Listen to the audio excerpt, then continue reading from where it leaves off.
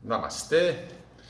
Hoje estou aqui para falar para vocês das posturas de cócoras.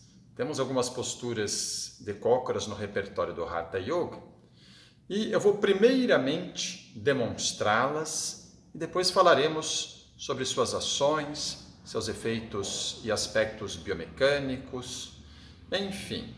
Então, primeiramente, ficando de pé, vou mostrar a primeira dessas posturas, que é o Utkatasana, na postura da cadeira, em sua variação alta. Eu estou com os pés aqui paralelos e afastados o equivalente à largura da pelve, os joelhos flexionados até metade do caminho, cerca de 90 graus. E esses joelhos estão alinhados com os pés aqui embaixo. O tronco está inclinado para frente, podendo manter também um ângulo de cerca de 90 graus nas articulações do quadril em flexão.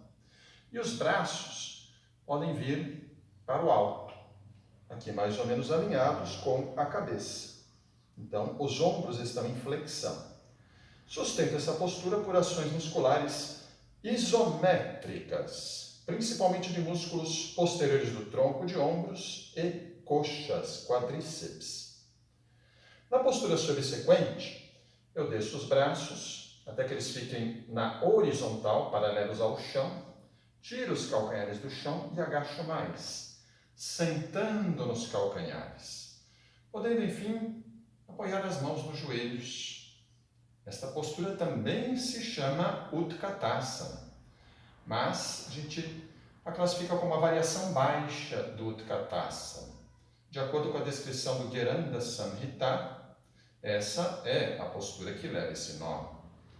E aqui muda-se completamente as ações. Já estamos exercitando o equilíbrio e deixamos de recrutar tantos músculos em isometria para sustentá-la. Estamos equilibrando-nos sobre as pontas dos pés. Uma terceira postura de cócoras, a gente vai agora apoiar os pés inteiramente no chão. Os pés ficam numa posição um pouco mais oblíqua, voltados para fora um pouquinho. As mãos podem se unir à frente do peito e os cotovelos vão empurrar os joelhos para fora. Aqui eu vou tentar alinhar melhor a coluna, ficando então nessa postura que se chama Malasana, postura da guirlanda. Nessa outra postura, temos outros efeitos, outras ações acontecendo no nível da minha pelve, na minha região lombar. Então, o que estamos trabalhando em cada uma destas variações, nessas posturas de cócoras? Para falar delas, vamos aqui pegar os meus recursos auxiliares. A primeira variação, lembrem, a gente está recrutando muito bem o músculo anterior da coxa, talvez o músculo mais exigido para sustentar aquela variação alta do Utkatasana. Esse músculo é um quadríceps, que está na parte anterior da coxa, um extensor do joelho. Quando eu contraio, ele faz esse movimento de extensão do joelho, sendo simulado pela cordinha que eu estou puxando aqui, neste modelo de membro inferior.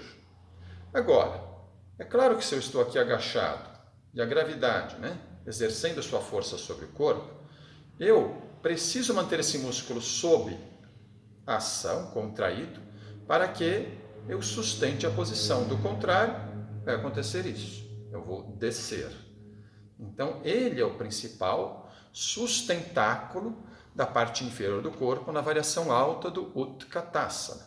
E é muito importante trabalhar o quadríceps assim, principalmente as pessoas que têm necessidade de fortalecê-lo em função de alguns problemas, como, por exemplo, a condição da patela, como a condromalácia patelar.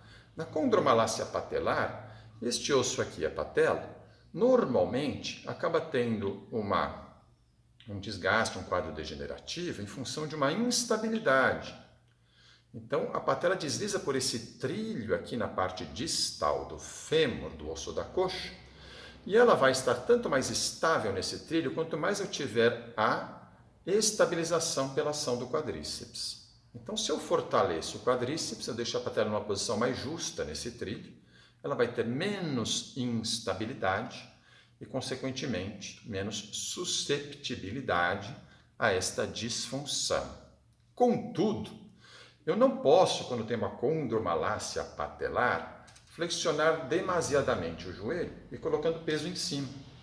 Porque aí sim eu vou aumentar muito a pressão da patela contra o fêmur, e esse aumento da pressão leva a um desconforto, a um agravamento do quadro, motivo pelo qual, se aquela primeira variação da postura de cócoras Utkatasana alto tende a ser indicada para quem tem condromalácia patelar, a segunda variação com joelhos hiperflexionados e peso em cima já pode ser contraindicada. No entanto, são posturas importantes para trabalhar outros aspectos, como eu mesmo referi, a questão do equilíbrio.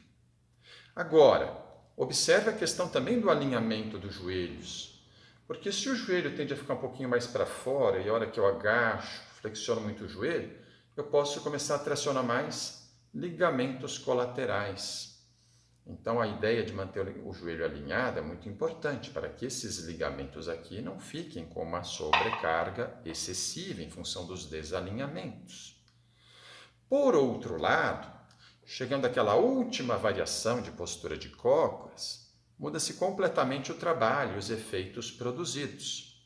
Quando eu agacho completamente com os pés inteiramente no chão, a primeira coisa que vai acontecer é um alongamento maior do tendão calcâneo, o tendão que nós chamamos popularmente de tendão de Aquiles. Quanto mais eu dorsiflexiono o tornozelo, mais eu estico esse tendão aqui por trás. Então, agachar bem com os pés inteiramente no chão é um bom trabalho de alongamento para esses tendões calcâneos. Assim como o é para a musculatura lombar, para o latíssimo do dorso, um grande músculo que está aqui em toda essa região dorsal, conectado ao sacro. E exatamente esta conexão dos músculos que vem do tronco com o sacro, com a região pélvica, também acaba sendo muito trabalhada pelo Malasana, por aquela postura agachada completamente. Então, quando eu agacho bastante, o sacro é trazido uma posição em que se abre esse estreito inferior da pelve. Então, a pelve tem dois estreitos, dois canais, por assim dizer. Um aqui mais superior, determinado pelas bordas inferiores da região ilíaca e pubis, tá? E o outro estreito inferior, determinado por essas extremidades ósseas que temos aqui, o cóccix e os isquios. Então, quando eu vou fazer, por exemplo, atividades que exigem a abertura do estreito inferior para facilitar a expulsão de algum conteúdo que está na região abdominopélvica, como, por exemplo, fazer o número 2, é importante adotar posturas em que você consiga abrir bem o estreito inferior da pelve. Isso favorece essa força expulsiva. Acresça a isso o fato de que no Malasana as coxas estão comprimindo o abdômen, favorecendo ainda mais a geração dessa força expulsiva. Então, Malasana é uma postura muito indicada no yoga para gerar esse trabalho, essas ações descendentes. Aliás, diga-se de passagem, nós deveríamos defecar, na melhor posição possível, que é exatamente essa postura de cócoras, por favorecer esta eliminação. Assim, depois destas falas e dessas explicações sobre os efeitos dessas posturas, é bom lembrar também que elas fazem parte de um contexto dentro do yoga, onde não vão ser trabalhadas isoladamente, apenas para produzir esses efeitos específicos. Então, por exemplo, o Malasana pode ser associado ao Ashwini Mudra, o símbolo do cavalo do amanhecer, um trabalho com o assoalho pélvico, um diafragma pélvico, que vai ter efeitos outros, que têm relação com conceitos tradicionais, como mobilização do apana, da força que rege os processos de eliminação, tudo isso trabalhando com forças mais sutis, com efeitos mais profundos, que em última instância vão levar o praticante aos objetivos do yoga.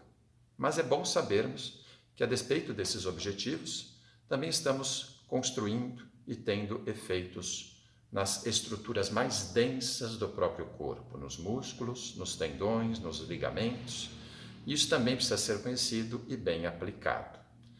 Assim, termino por aqui essa explicação, agradeço a vossa atenção e se gostou, dá um like. Namastê!